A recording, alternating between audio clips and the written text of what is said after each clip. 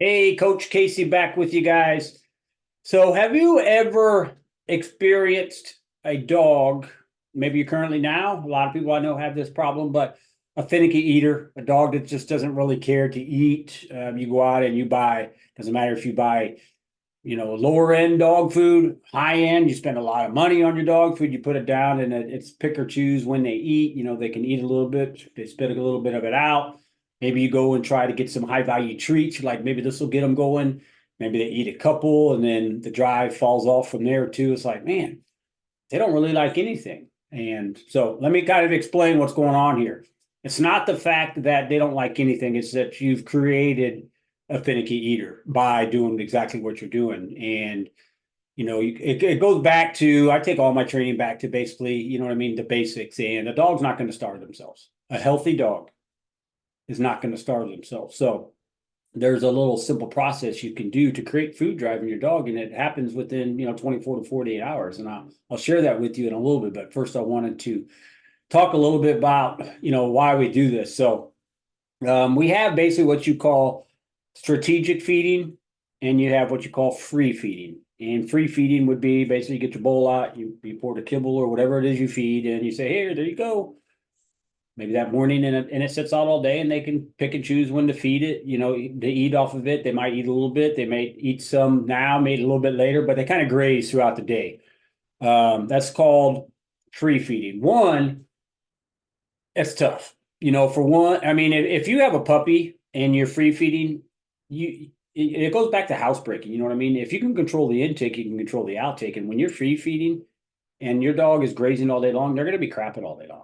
And you're never going to get it under control. There's no way. You know what I mean? It's just like even water. That's for another video, but a vet will tell you to leave your water out 24/7, And I always say you don't leave the water out 24/7. You don't limit how much water the dog can have. You just limit their access to it, if that makes sense. And what that does is now you can control the intake. So now you can control the outtake. So all that comes into play when you're housebreaking.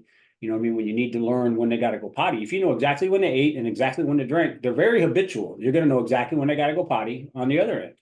You know what I mean? But again, if you're free feeding and they're grazing, they're eating a little bit here, they're eating a little bit now, tomorrow's a different day, and they eat a little bit differently that, you know what I mean? It's all over the place instead of very consistent. Yeah, their bowel movements are going to be all over the place. Their peeing is going to be all over the place, and you're going to have a heck of a time. And I'm not even talking about housebreaking in this video. This is talking about building food drive, but that's another reason to have, good food drive in your dog is, the things like that, what I'm talking about with the housebreaking. What we want to do, guys, is basically if you're free feeding, we can switch that to strategic feeding. Okay. And again, let me dive in a little bit deeper. Strategic feeding is where you control resources. And it's basically a good leader does that anyway. Your dog, you should control your dog's resources, all the resources, and food is one of them. Just like you tell them when they go outside, you tell them when they come in, you tell them when they can drink, you tell them, you know what I mean? That's a good leader can control all that. And that's the way it would be if they were in the wild. I know they're not in the wild, and so don't get on me about that, but you get my point, right? I mean, a leader controls resources. So you could either say, here's your food, have at it whenever it's here for the taking, whenever you feel hungry, that kind of thing. Or you could do more strategic feeding, but put you in charge. You say, here's your food, and then you got a limited amount of time, and I'll pick it back up. And that's what I'm talking about. That's how you build food drive, guys. And it doesn't take long, but that's what you want to flip. You want to switch from free feeding, which is here, have it whenever you want it, to strategic feeding, which is putting it down. Basically, now I know puppies should be fed 3 times a day. So I'm going to give you an example using 2 times a day. But if you have a puppy, don't worry about food drive right now. Feed them the 3 times a day that you can, and they're probably okay.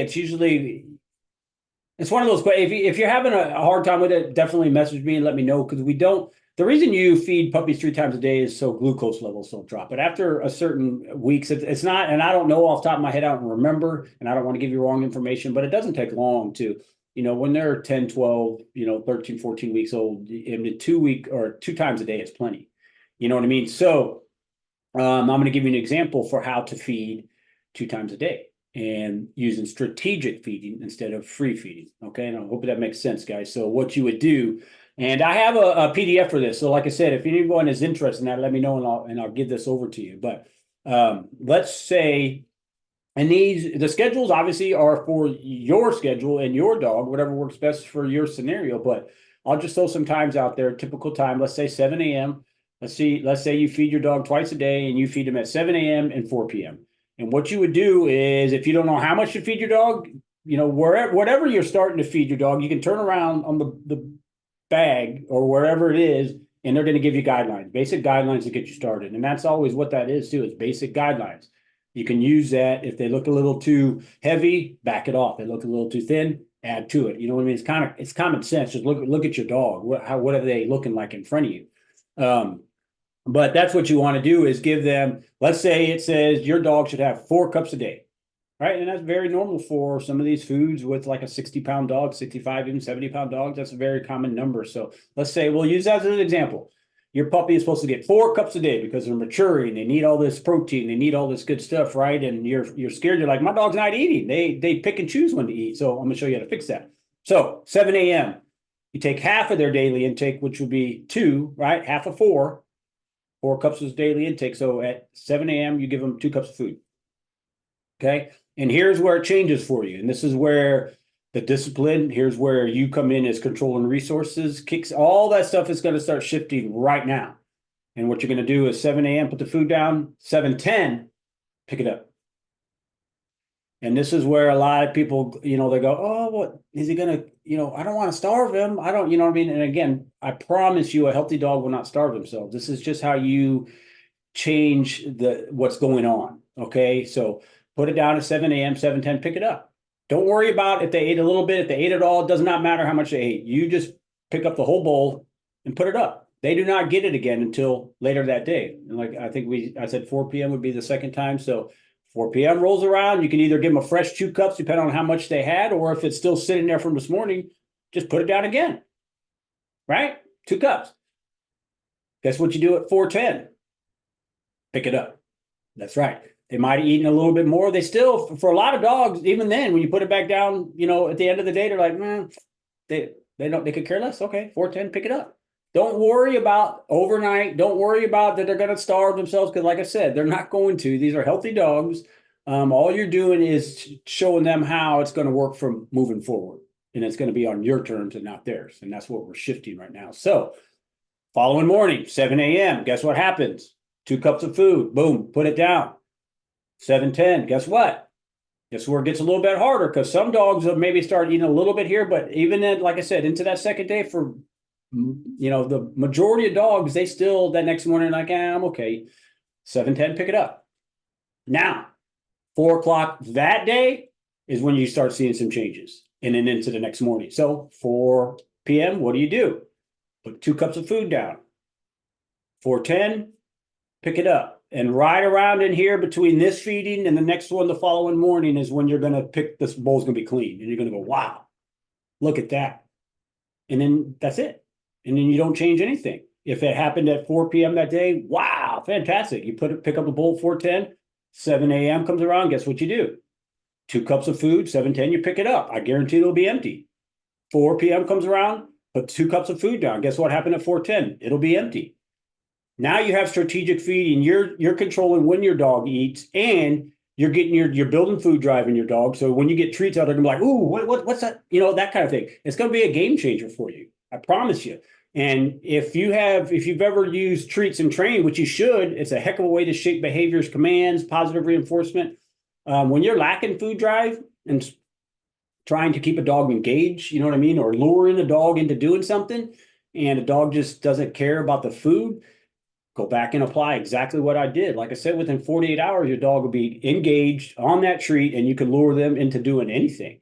But as long as you're free feeding and they know that food can be there at any time, that's what you're going to run up against. All right. Does that make sense? Strategic feeding versus free feeding. Free feeding is when you're leaving the food down and they can just have at it whenever they want. That's what kind of kills drive. You want to pick things up. I have my buddy right back here behind me. Can you see him? Ezra here. He's even got his ball. See that ball right there? He had ball drive. And when I used to do demonstrations with him, I would use that ball for that demonstration. But guess what? When the demonstration was over, guess what I did with that ball? He didn't just keep it. Because in his drive that I built up, it just goes like this. Shh. Take the ball away and go, yeah, there you go, good boy, and then put it up. And then next time I get the ball out, he's like, oh my God, there's that ball. You talk about getting a flashy dog and building drive. That's how you do these things. That was ball drive. I'm talking to you about food drive, but it's the same thing. And I hope that makes sense. And give it a go, guys, because if you're, like I said, if your dog isn't nuts for food, you can make them nuts for food. And I don't mean in a bad way, but just where you can use food drive, you can leverage it. You can use it in training. You can use it for lures. You can shape behaviors. I mean, it's fantastic. Not to mention that it's controlling resources and letting these dogs know that, hey, this is, you know what I mean? I'm telling you when to eat. I'm telling you when you're done. And it goes a long way with the psyche and a pack mentality in a dog. Trust me. All right. This one probably isn't near as long, but that's a wrap, guys. I will put a link to a short video where I explain my training process in the comments below. Be sure to tap on that link, check it out, and you can even book a training assessment with me right through that same link. So until then, guys, happy training.